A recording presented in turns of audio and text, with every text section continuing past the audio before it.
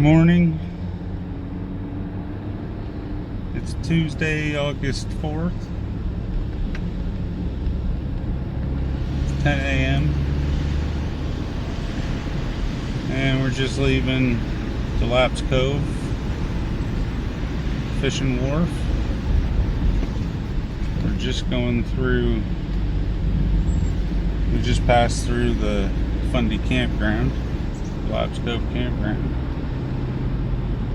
Thank goodness that guy stopped, because I seen him in the trees, but it kind of looked like he was barreling through there.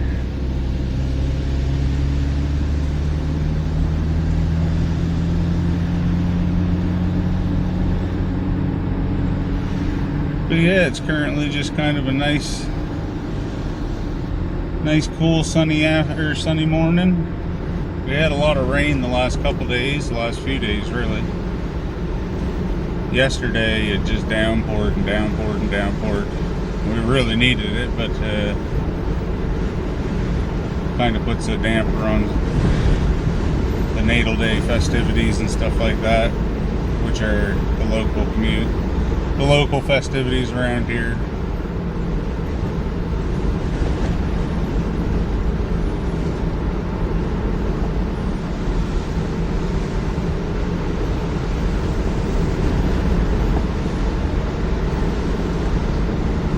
But it's shaping up to be a beautiful next couple days.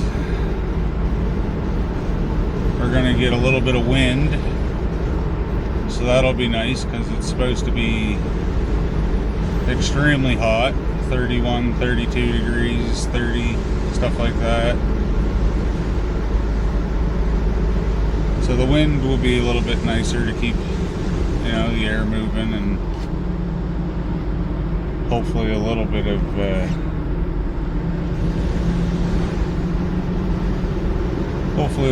relief from some of the heat. But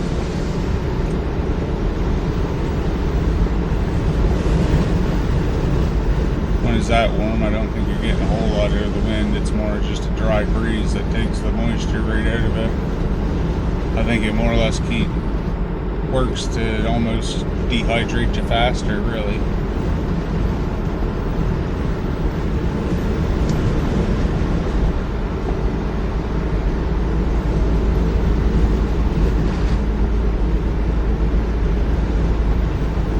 So it seemed like a nice morning to get out and go for a nice drive on the Bay of Fundy shore, and the wharves and stuff have all kind of calmed down, and the lobster traps are all landed, and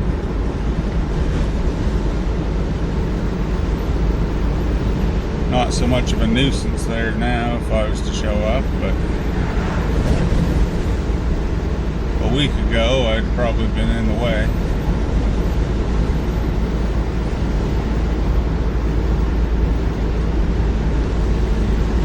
It's beautiful mornings, 21 degrees. I got the soft top down on the Jeep. As you can see, there's quite a breeze blowing. And from now on out until the fall and into the late fall, we'll have a lot of breezy days like this.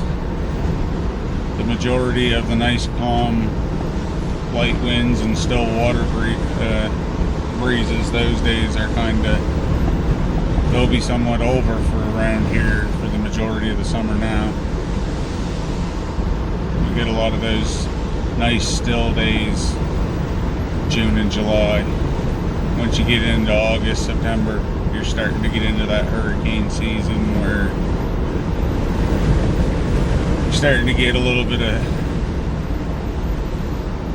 you start to feel these breezes. You get a lot more of the more aggressive southerly winds,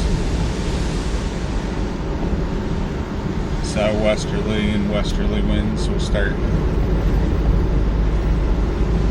kind of rearing their heads for around here.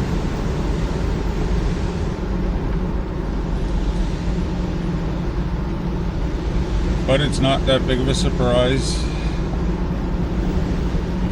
if you've paid attention to the trees and stuff around here.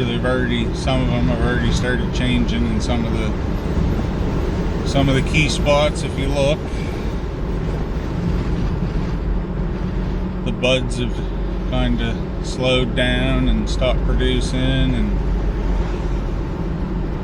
some of the little leaves and some of the,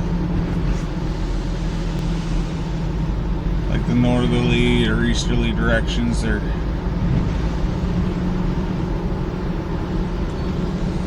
starting to turn a little bit red, starting to go off and starting to fall off. Out around Sandy Bottom, out around that area, it's starting to fall off. Stuff starting to actually go red.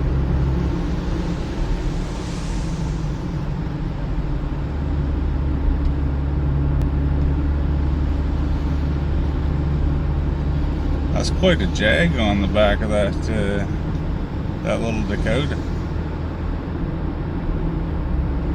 I believe that's what it is. It might be a Tacoma.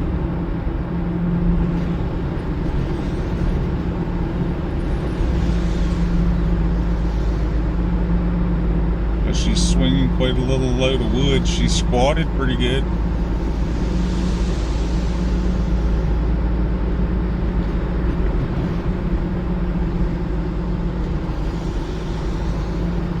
Yeah, you can see the breeze in them willow trees. I love a willow tree this time of year.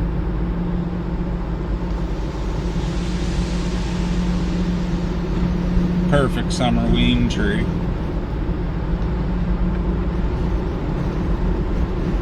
Beautiful in the evenings. There's just something about them with the wind blowing through them. Exceptionally pretty. I got one border in my property that I'm just kind of hoping that it doesn't get dealt with or uprooted or anything, because I'm kind of hoping that it's going to grow into be quite a little tree, or quite a substantial sized tree, because I just like how they are. And I wouldn't mind where it's located. I wouldn't mind having it just kind of giving my yard a little bit of shade and a little bit of character, I guess, maybe.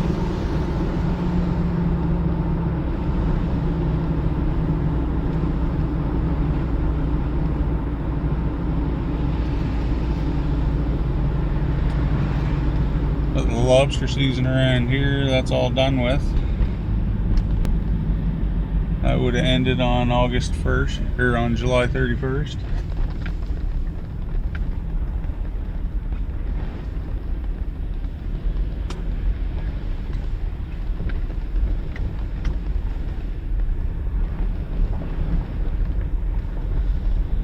And now they're just kind of cleaning the boats up and doing stuff like that and whatnot, and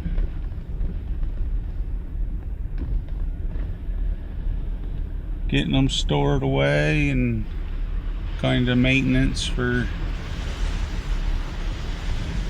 keeping them right and tight at the wharf. So these guys have landed their traps in, in more of a hurry, or probably a single load or whatever, and they've stacked them on the wharf. They'll probably come down today or tomorrow or something, or maybe that's where they'll stay until... I don't think they can stay on the wharf for the entirety of the time in between seasons.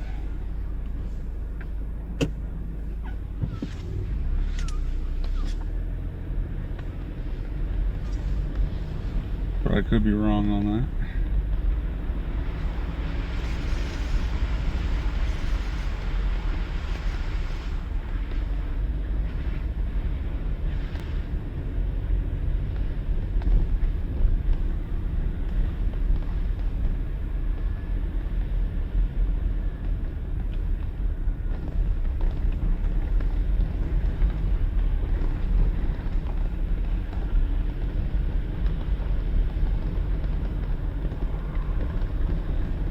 But the lobster season around here is done until October 14th now. Now that doesn't mean there won't be any fresh lobster around. The plants and the facilities have definitely planned ahead.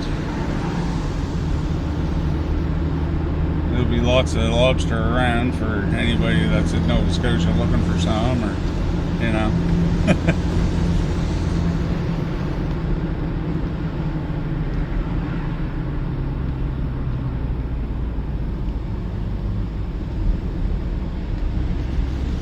But for the majority of the area now, a lot of the lobsters are starting to go soft, and to fish them, even if you're putting them back, you're probably going to do a lot of damage to them. Or there's, you know, it's that possibility, because when the lobster does go soft, it's you want to think of it like a jello. And for a number of weeks, when they shed their shell, they stay that way until they begin to harden back up, and that's when they can start moving back around and getting the nutrients that they need. But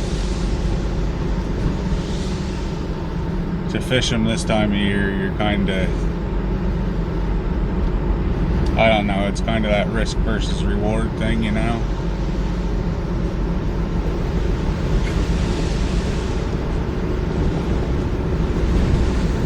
And even though you might have it's alive when it leaves your hands, doesn't mean that it's gonna make it back down. I mean, there's a lot of predators that are looking for lobster at this time of that life cycle, because it's an easy consumption. And even though the lobster's low on nutrients for itself, it might not be low on nutrients for something else that considers it prey.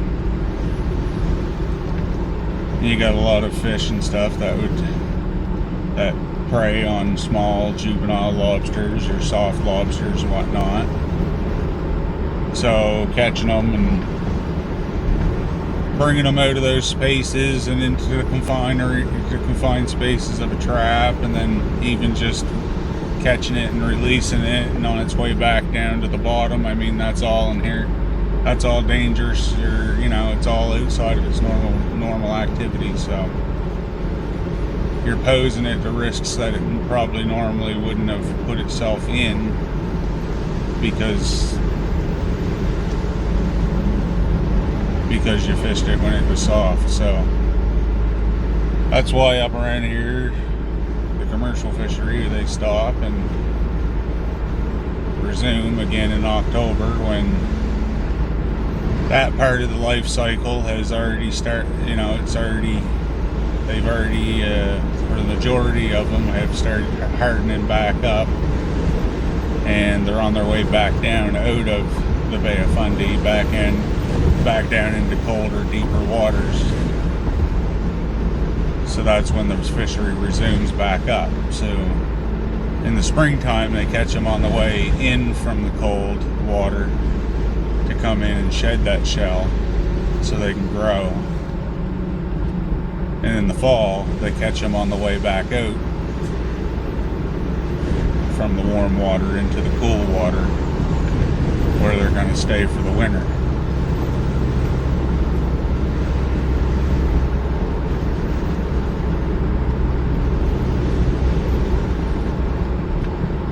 And it's just that, you know, I think it's that little bit extra that protects it against for the future. So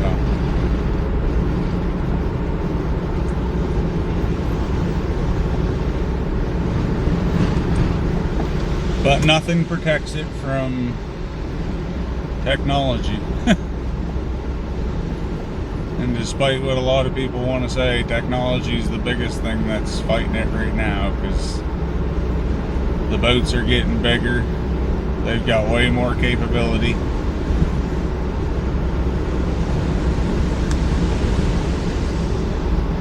And there's a lot more detail that the average fisherman can get out of the fishery than when the fishery was designed.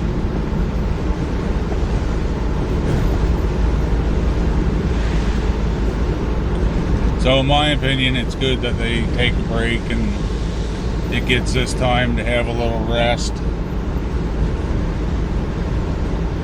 Albeit that it's not much of a rest, to be honest with you.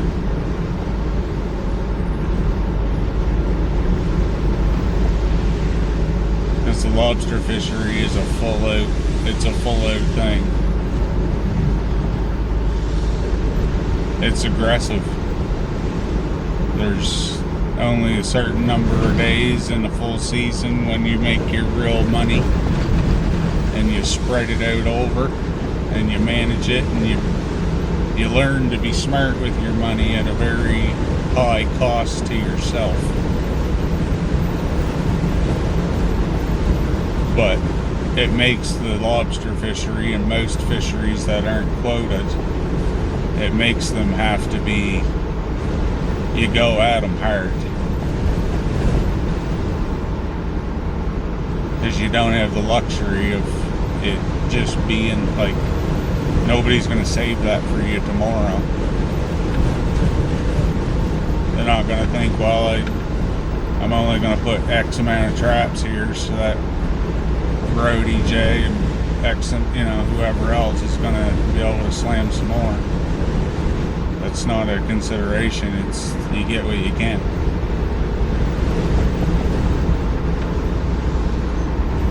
You make hay while the sun's there, I guess is the saying.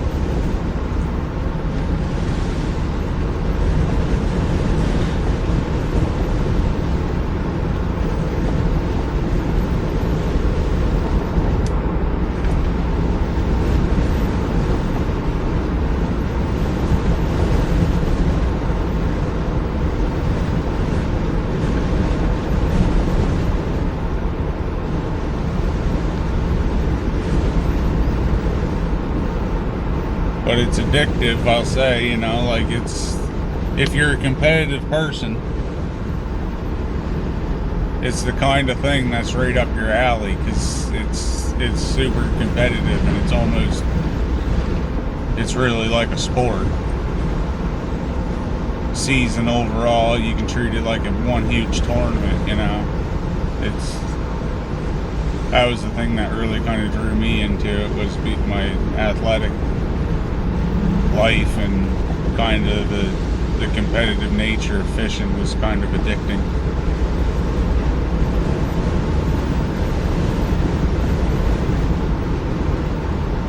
But that in itself can, that can be a detriment when you're talking something like that industry it's hard enough on its own without you putting that extra on it. And it's good, it can be good to give you a drive and stuff like that, but like I say, it can be hard enough on its own, and some days you need to just take them as they are without putting that extra amount of just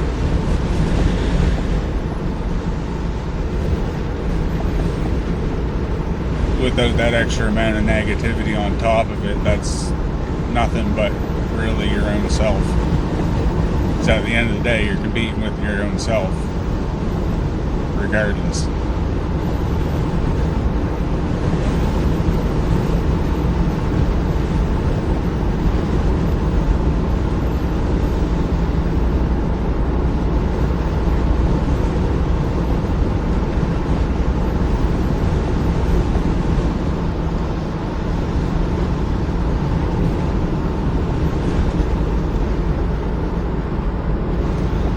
This is probably one of the breezier days that we've had all summer, to be honest with you. It's been a beautiful summer.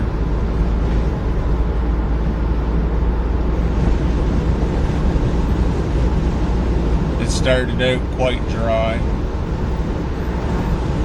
but we have got our healthy little doses of rain here and there to kind of bring it around to a little bit of normalcy. We are still on the drier side, but I think that's kind of a scar from last year and how much of a drought we had last year. Well, few building lots there getting cleared. A lot of this is all up for sale that we just drove by.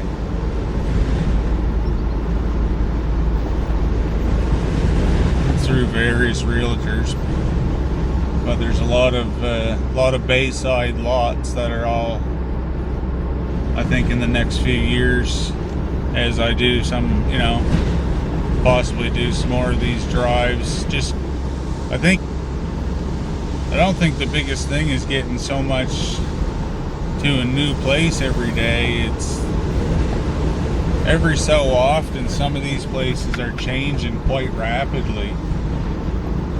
Like Middleton this year. There's places in Middleton that look completely different than last year. And there's going to be places in New Minas and Kempful that are going to look completely different than they did last year. And they definitely look now completely different than they did 2.5 to 3 years ago. We're going to see rapid changes around here. And I don't know if a lot of this water and a lot of this coastal, these bayside drives, I don't think you're going to get as much coastal view. As sad as that is, but I mean, in an ever-changing world, population and the almighty dollar is what's driving it. And the thing that needs to change around here, as much as a lot of locals don't like to, and I'm a local, I was brought up not many miles from here. A lot of us don't want to admit it, but there needs to be more people.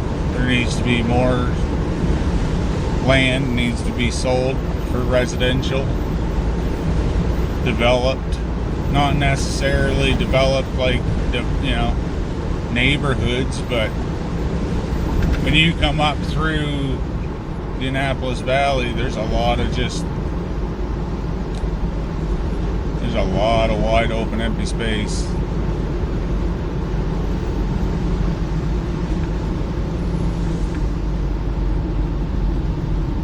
And I know that means big change for some people, but I don't know. I think as generations and some of that land kind of gets handed over from generation to generation or whatnot, I think we're going to see the ever-changing nature of the world kind of have its influence on the Annapolis Valley. And I think it's going to be pretty drastic.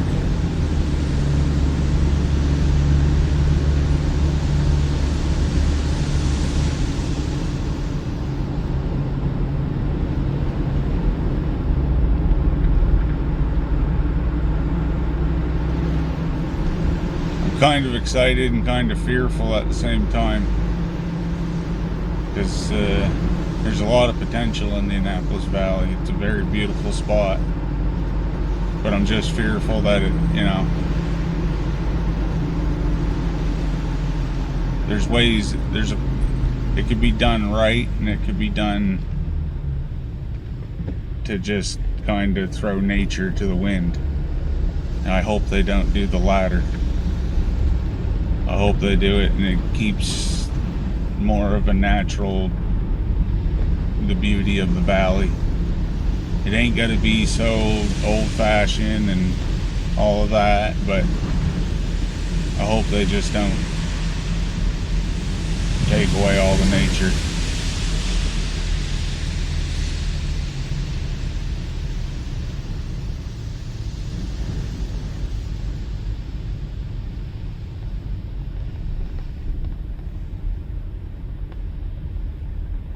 Oh, it's nice that they've come and done this right up. That's nice.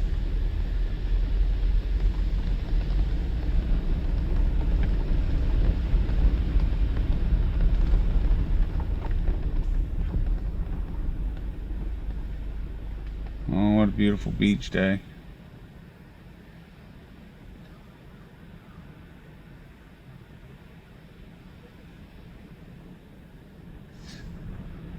Wow, you can see the wind whipping the white caps right flat.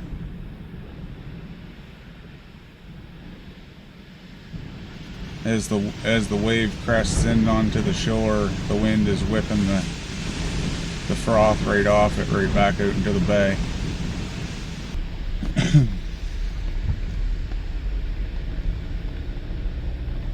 So these would be the old style bait shacks, where the fishermen would actually prepare their bait. Now it's more or less done, and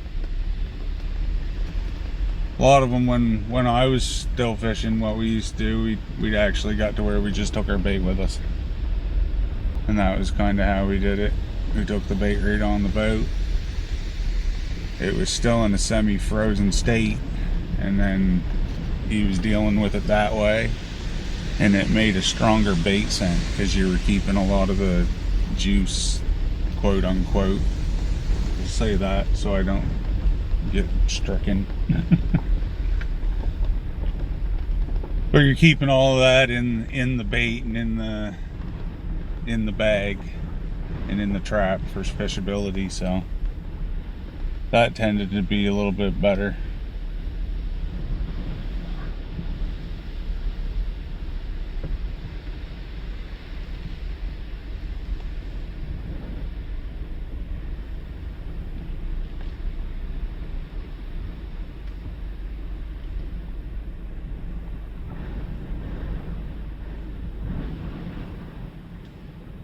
There's quite a spot.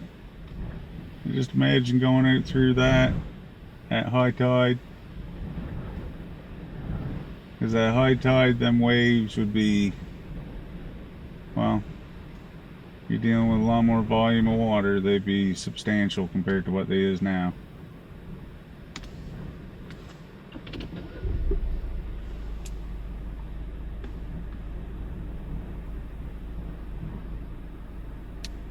Well, that's going to be it for today's video. Thank you for joining me. I hope you enjoyed it. It's a beautiful day for a little drive down the Fundy Coast. Until next time, enjoy your days. Try not to waste them. And we'll see you on the next one.